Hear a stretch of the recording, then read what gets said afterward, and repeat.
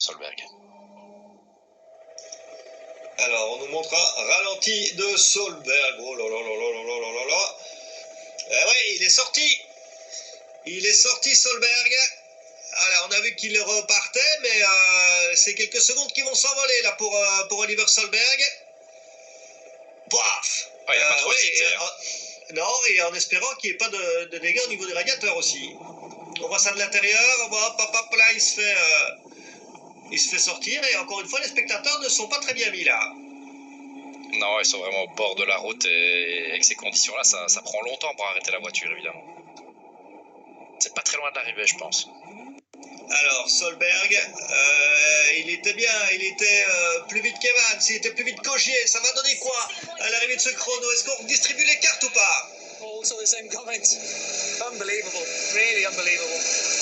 Like you think it's improving, but then you just get this nervous switch from the car immediately. It's horrible. That is, people always say it's the worst stage. It's very close, this one.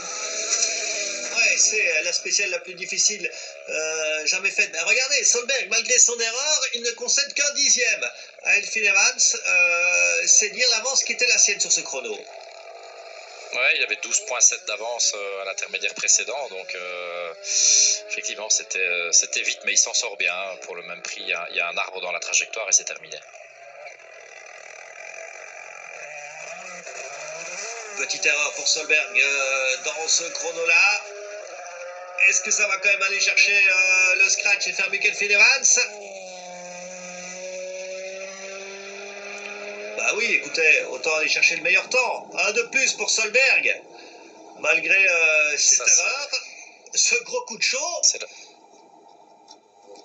ce qu'on peut appeler, je pense, la chance du champion, là. Ouais, il s'en sort bien. En tout cas, c'est un bel avertissement avant d'entamer la journée de demain. Ah, il se fait éjecter de l'autre côté de la route. Il y a des buissons.